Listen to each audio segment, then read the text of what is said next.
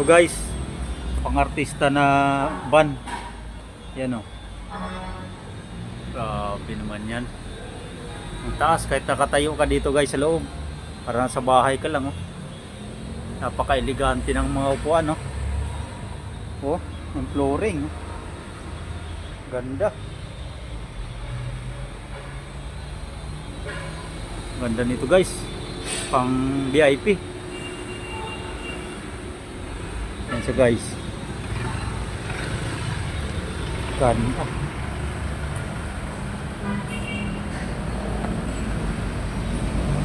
Pero ito guys, mas maganda. GTR. Ayan o. Carbon pa yan o. Ganda. Castig o.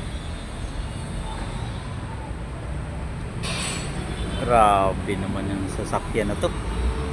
3 piraso lang to sa loob sa buong Pilipinas.